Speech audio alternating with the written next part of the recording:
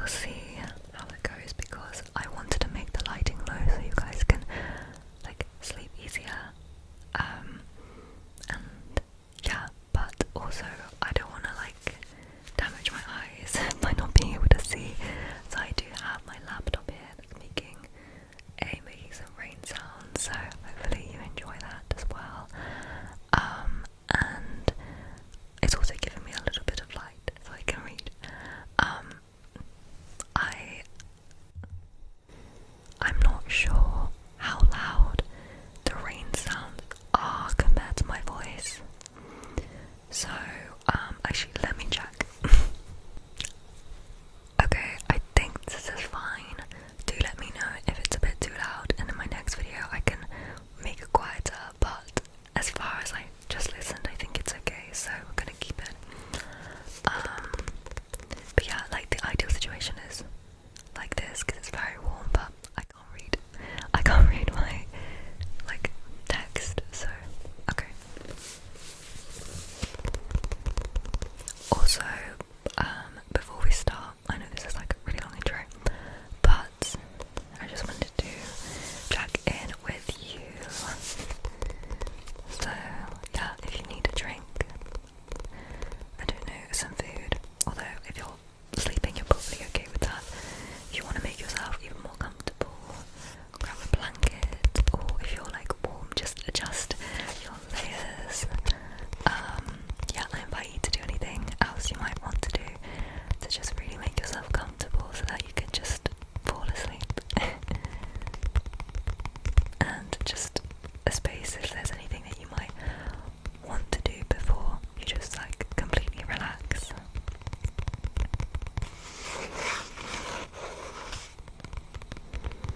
Oh, also I wanted to say that if you turn off the stable volume on the video settings, like the settings icon in this video, the sounds probably sound better.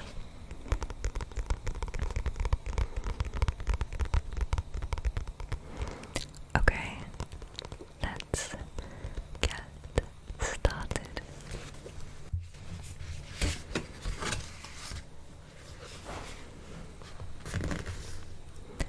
The sun rose higher.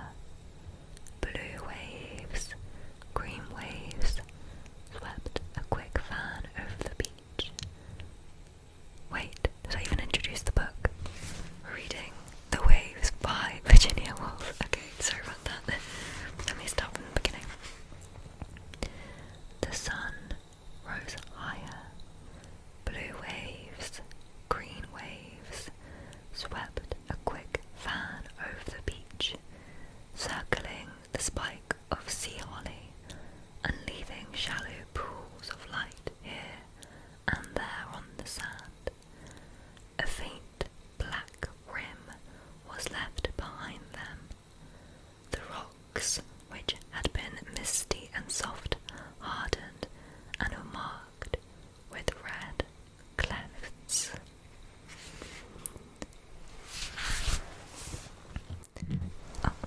Sharp stripes of shadow lay on the grass, and the dew dancing on the tips of the flowers and leaves made the garden like a mosaic of single sparks not yet formed into one whole. The birds, whose breasts were specked, canary and rose, now sang a strain or two together, wildly, like skaters rollicking arm in arm, and were suddenly silent, breaking asunder. The sun laid broader blades upon the house. The light touched something green in the window corner and made it a lump of emerald, a cave of pure green, like stoneless fruit. It sharpened the edges of chairs and tables and stitched white tablecloths with fine gold wires. As the light increased, a bud here and there split asunder and shook out flowers green-vined and quivering, as if the effort of opening had set them rocking and peeling a faint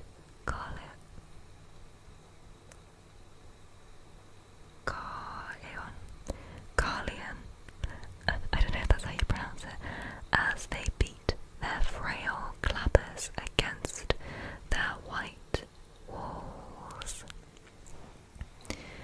Everything became softly amorphous, as if the china of the plate flowed and the steel of the knife were liquid.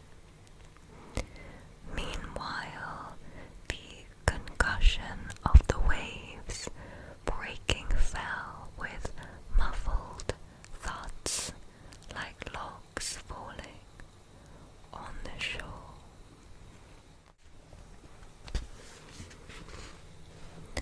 "Now," said Bernard, "the time has come. The day has come. The cab is at the door. My huge box bends George's bandy legs even wider. The horrible ceremony is over.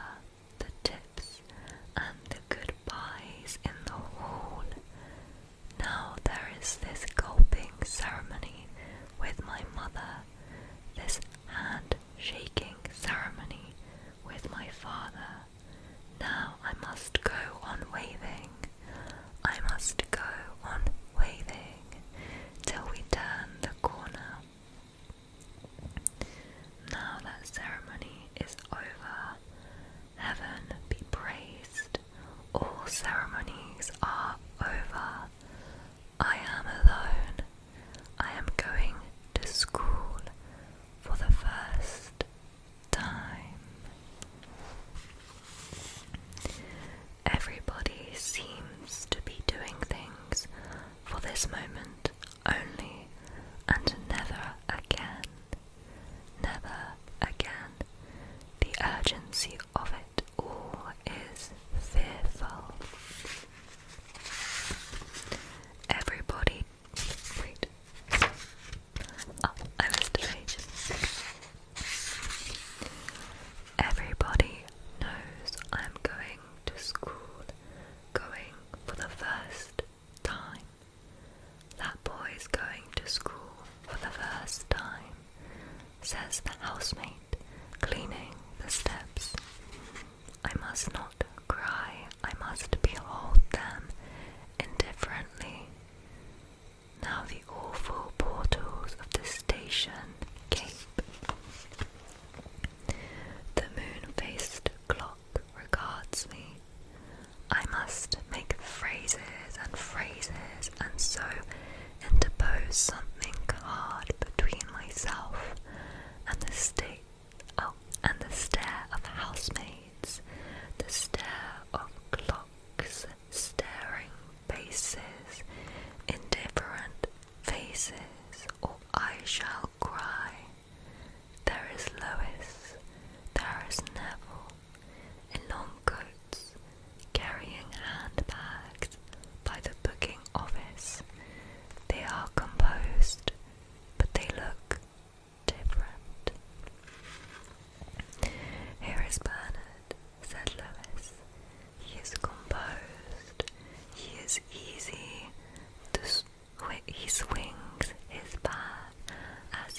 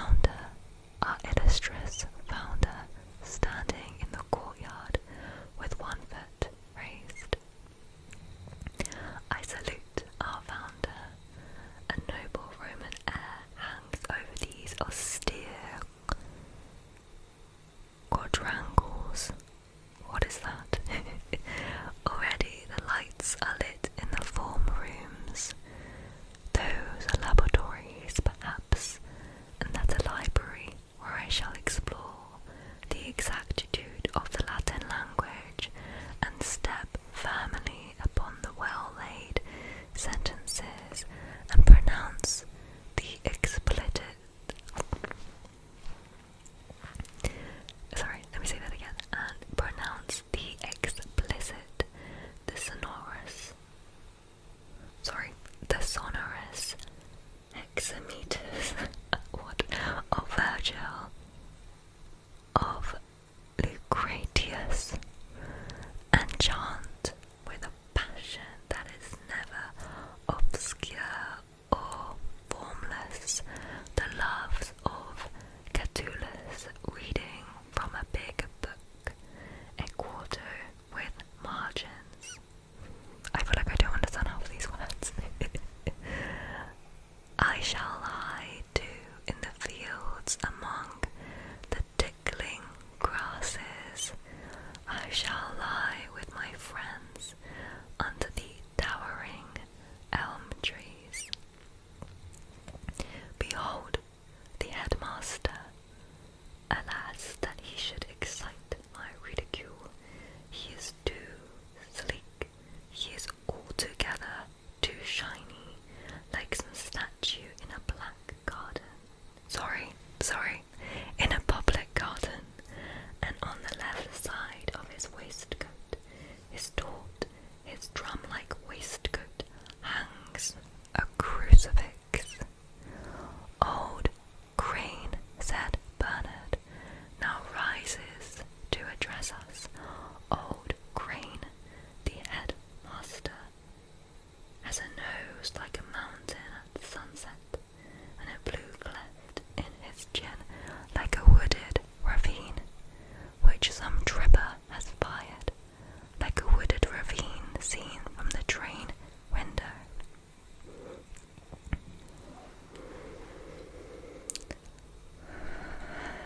Feel free to take a few deep breaths as well if you feel called to. Okay. He sways slightly, mouthing out his tremendous and sonorous words. I love tremendous and sonorous words, but his words are too hearty to be true. Yet he is by this time convinced of their truth, and when he leaves the room, lurching rather heavily from side to side, and hurls his way through the swing doors, all the masters lurching rather heavily from side to side, hurl themselves also through the swing doors. This is our first night at school, apart from our sisters. So sad. This is my first night at school, said Susan, away from my father, away from home. My eyes swell, my eyes prick with ears. No, they don't. They prick with ears. Wait. Let me start again.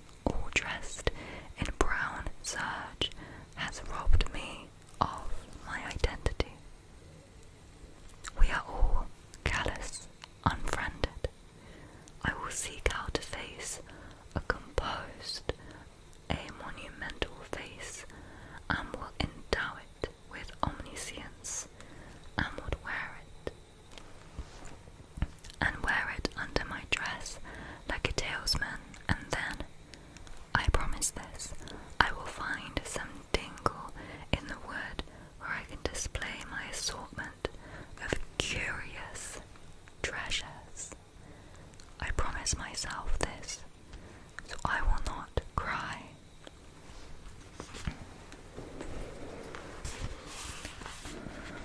Okay. That dark woman, said Ginny, with high cheekbones, has a shiny dress like a shell, veined, for wearing in the evening. That is nice for summer, but for winter I should like a thin dress shot with red threads that will gleam in the firelight. Then when the lamps were lit, I should put on my red dress and it would be as thin as a veil, and would wind about my body and billow out as I came into the room, pirouetting. Oh my gosh, I love that word. It would make a flower shape as I sat down in the middle of the room on a gilt chair. But Miss Lambert wears an opaque dress that falls in a cascade from her snow-white ruffle as she sits underneath a picture of Queen Alexandra, pressing one white finger firmly on the page, and we pray. Now we march, two by two, said Lewis, orderly, processional, into chapel. I like the dimness that falls as we enter the sacred building. I like the orderly progress. We file in, we seat ourselves. We put off our distinctions as we enter. I like it now, when, lurching slightly, but only from his momentum, Dr. Crane mounts the pulpit and reads the lesson from a Bible spread on the back of the brass eagle. Okay, let's continue. I rejoice. My heart expands in his bulk, in his authority. He lays the whirling dust clouds in my tremulous, my ignominiously agitated mind. How we danced around the Christmas tree, and handing parcels, they forgot me. And the fat woman said, "This little boy has no present." It gave me a shiny Union Jack from the top of the tree, and I cried with fury, to be remembered with pity. Now all is laid by his authority, his crucifix, and I feel come over me the sense of the earth under me, and my roots going down and down, till they wrap themselves round some hardness at the centre. I recover my continuity as he reads.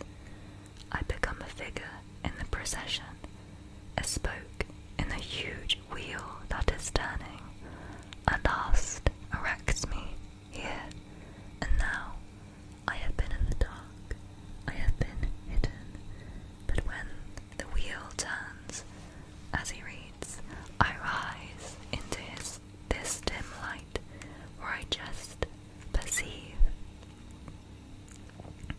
the scarcely kneeling boys, fellows, and memorial brasses. There is no crudity here, no sudden kisses. The brute menaces my liberty, says Neville, when he prays. Unwarmed by imagination, his words fall cold on my head like paving stones, while the gilt cross heaves on his waistcoat. The words of authority are corrupted by those who speak of them. I jibe and mock at this sad religion, at these tremulous, grief-stricken figures advancing, cadaverous and wounded, down a white road shadowed by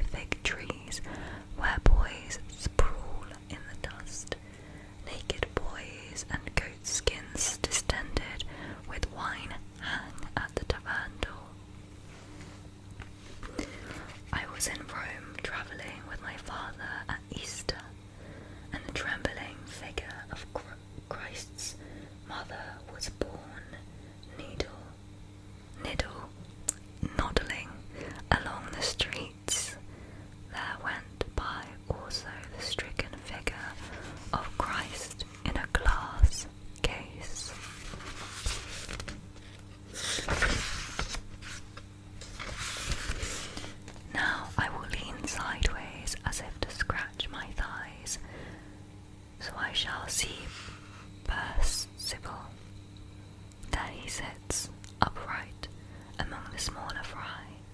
He breathes through his straight nose rather heavily. His blue and oddly inexpressive eyes are fixed with pagan indifference upon the pillar opposite. He would make an admirable churchwarden. He should have a birch and beat little boys for misdemeanours. He is allied with the Latin phrases on the memorial brasses. He sees nothing.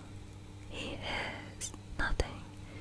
He is remote from us all in a pagan universe. But look, he flicks his hand to the back of his neck. For such gestures one falls hopelessly in love for a lifetime. Dalton, Jones, Edgar, and Bateman flick their hands to the backs of their necks likewise, but they do not succeed. At last, said Bernard, the growl ceases, the sermon ends. He has minced the dance of the white butterflies at the door to powder. His rough and hairy voice is like an unshaven gin. Now he lurches back to his seat like a drunken sailor. It is an action that all the other masters will try to imitate, but being flimsy, being floppy, wearing grey trousers, they will only succeed in making themselves ridiculous. I do not despise them. Their antics seem pitiable in my eyes. I note the fact for future reference with many others in my notebook. When I am grown up, I shall carry a notebook, a fat book with many pages, methodically lettered. I shall enter my phrases. Under B shall come butterfly powder. If in my novel I describe the sun on the windowsill, I shall look under B and find butterfly powder. That will be useful. The tree shades the window with green fingers. That will be useful. But alas, I am so soon distracted by a hair like twisted candy, by Celia's prayer book, ivory covered. Lewis can contemplate nature, unwinking by the hour. Soon I fail, unless talked to. The lake of my mind, unbroken by oars, heaves placidly and soon sinks into an oily, what is that word? Somnolence. That will be useful. Now we move out of this cool temple into the yellow playing fields, said Lewis, and as it is a half holiday, the Duke's birthday, we will settle among the long grasses while they play cricket. Could I be they, I would choose it. I would buckle on my pads and stride across the playing field at the head of the batsmen. Look now how everyone follows Percival. He is heavy. He walks clumsily down the field, through the long grass to where the great elm trees stand. His magnificence is that of some medieval commander. A wake of light seems to lie on the grass behind him. Look at us trooping after him, his faithful servants, to be shot like sheep, for he will certainly attempt some forlorn and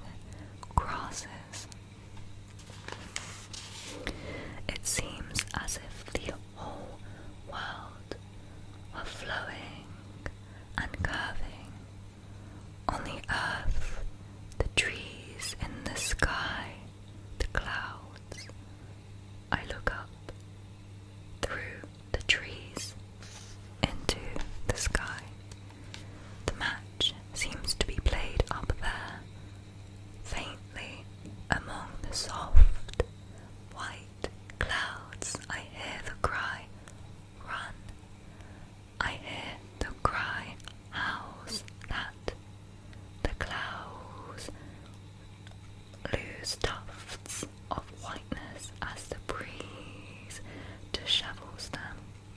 Sorry. If that blue could stay forever, if that whole could remain forever, if this moment could stay forever. But Bernard goes on talking. Up they bubble, images like camel, a vulture. The camel is a vulture, the vulture a camel. For Bernard is a dangling wire, loose but seductive. Yes, yes, for when he talks, when he makes his foolish comparisons, a lightness comes over one. One floats too, as if one were that bubble. One is freed. I have escaped. One feels even the chubby little boys, Dalton, Larpent and Baker, feel the same abandonment. They like this better than the cricket. They catch the phrases as they bubble. They let the feathery grasses tickle their noses. And then we all feel Percival lying heavy among us. His curious guffaw seems to sanction our laughter. But now he has rolled himself over in the long grass. He is, I think, chewing a stalk between his teeth. He feels bored. I do feel bored. Bernard at once perceives that we are bored. I detect a certain effort, an extravagance. Let me say that again. An extravagance in his phrase, as if he said, "Look," but Percival says, "No," for he is always the first to detect insincerity, and is brutal too, in the extreme. The sentence tails off feebly. Yes, the appalling moment has come when Bernard's power fails him, and there is no longer any sequence, and he sags and twiddles a bit of string and falls silent, gaping as if about to burst into tears. Among the tortures and devastations of life is this then. Our friends are not able to finish their stories.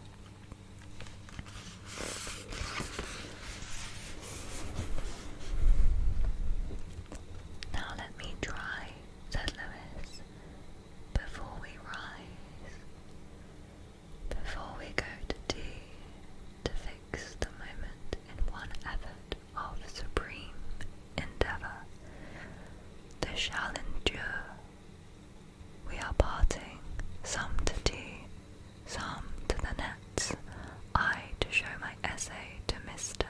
Parker. This will endure. From discord, from hatred, I despise dabblers in imagery. I resent the power of Percival intensely. My shattered mind is pieced together by some sudden perception. I take the trees, the clouds, to be witnesses of my complete integration. I, Lewis, I, who shall walk the earth these 70 years, am born in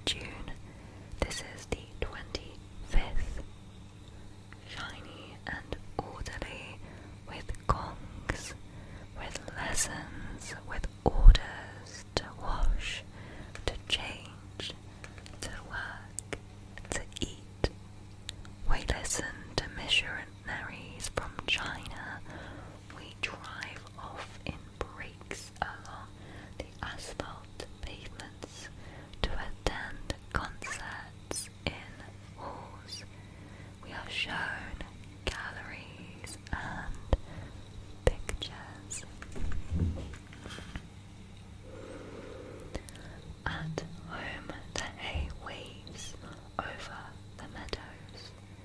My father leans upon the stile, smoking. In the house one door bangs and then another, as the summer air puffs along the empty passages. Some old picture perhaps swings on the wall. A petal drops from the rose in the jar. The farm wagons strew the hedges with tufts of hay. At home the hay waves over the meadows. My father leans upon the stile, smoking. In the house one door bangs, and then another, as the summer air puffs along the empty passages. Some old picture perhaps swings on the wall. A petal drops from the rose in the jar. The farm wagons strew the hedges with tufts of hay. All this I see. I always see as I pass the looking glass on the landing, with Jenny in front and Rhoda lagging behind. Jenny dances. Jenny always dances in the hall on the acoustic tiles. She turns cartwheels in the playground. She picks some flower forbiddenly and sticks it behind her ear so that Miss Berry's dark eyes smolder with admiration for Jenny, not me. Miss Berry loves Jenny, and I could have loved her, but now love no one except my father, my doves, and the squirrel whom I left in the cage at home for the boy to look after. I hate the small looking glass on the stairs, said Jenny. It shows our heads only.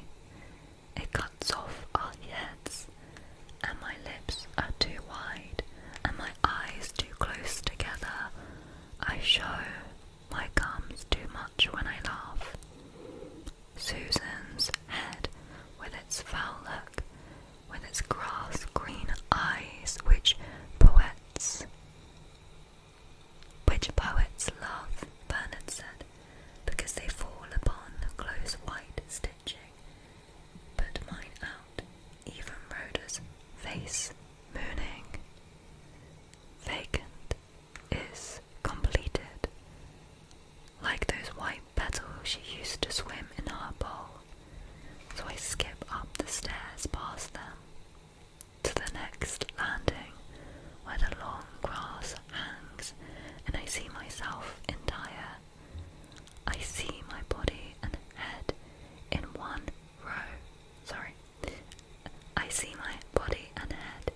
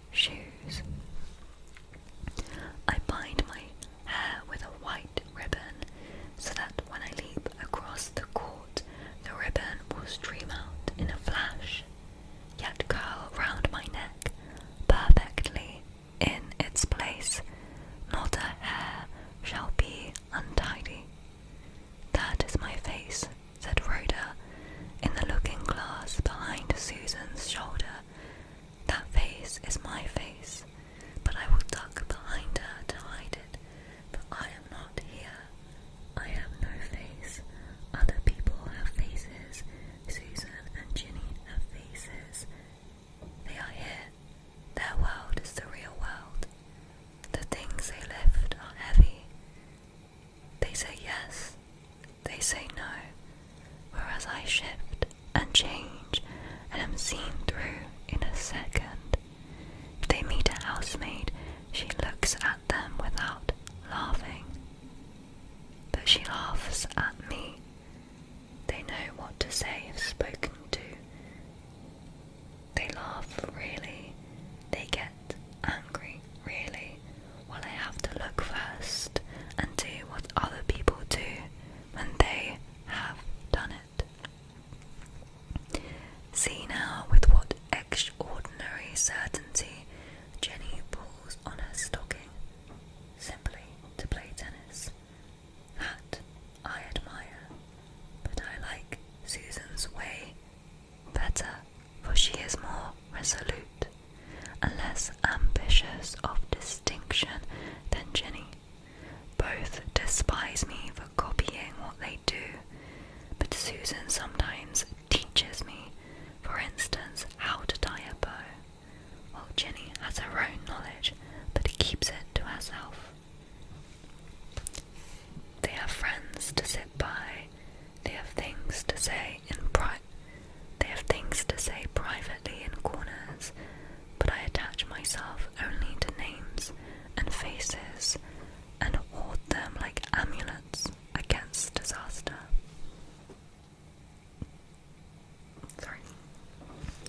I choose out across the hall some unknown face and can hardly drink my tea when she, whose name I do not know, sits opposite. I choke. I am rocked from side to side by the violence of my emotion.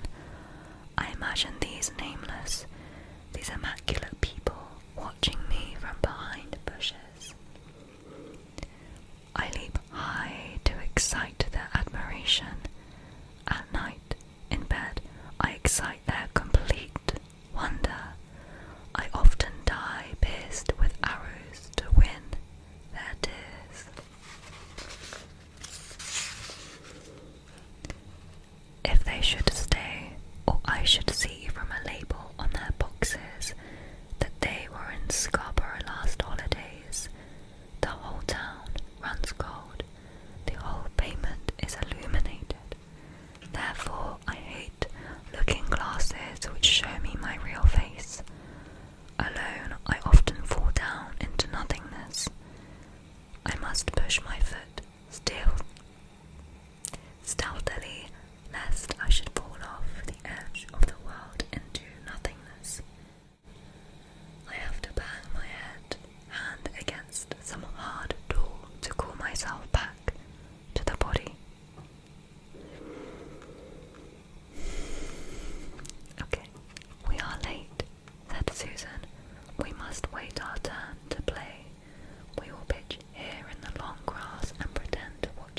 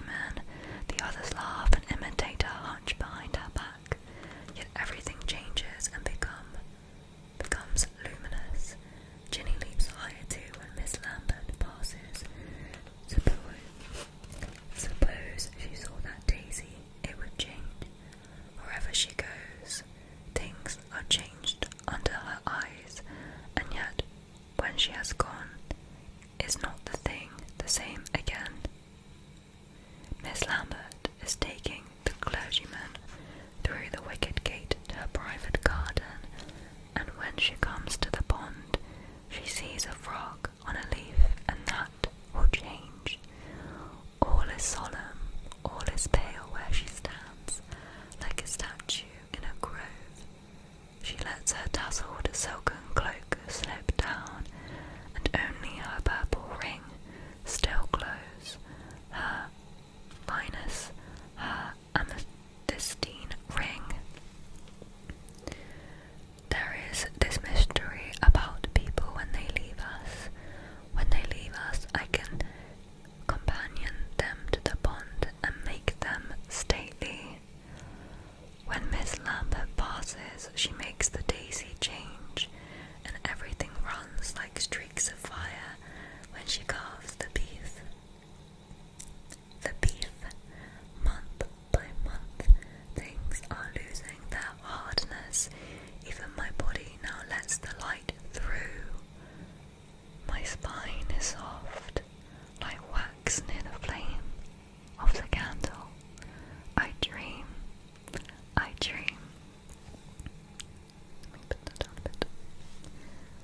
I have won the game, said Jenny. Now it is your turn. I must throw myself on the ground and pant. I am out of breath with running, with triumph. Everything in my body seems thinned out with running and triumph. My blood must be bright red, whipped up, slapping against my ribs. My soles tingle as if wire rings opened and shut in my feet. I see every blade of grass very clear, but the pulse drums so in my forehead, behind my eyes, that everything dances. The net, the grass. Your faces leap like butterflies, the trees seem